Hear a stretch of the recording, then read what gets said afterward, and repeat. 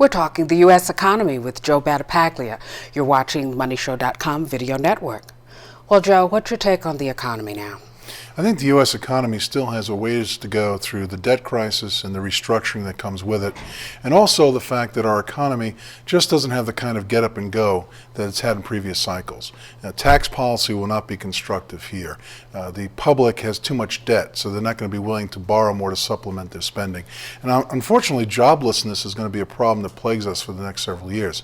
So the challenge ahead is deflation in prices, a weaker than typical recovery, and it's going to be typified by higher joblessness and weaker corporate profitability. So it's a more difficult environment than we've seen since World War II.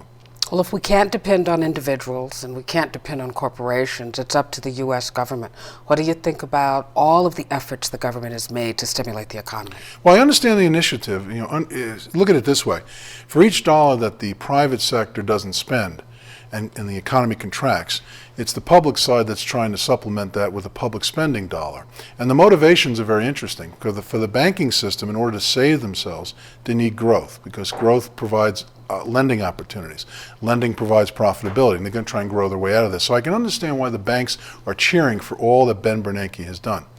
The government, at the same time, needs to have growth in the economy so tax receipts can rise. The only way to pay for programs is with tax receipts, and you don't want to go to the public and ask for an increase in the rate. That's usually political suicide. So growth is what they're both cheering for and both going to try to engineer. Unfortunately, you don't get the multiplier out of government spending.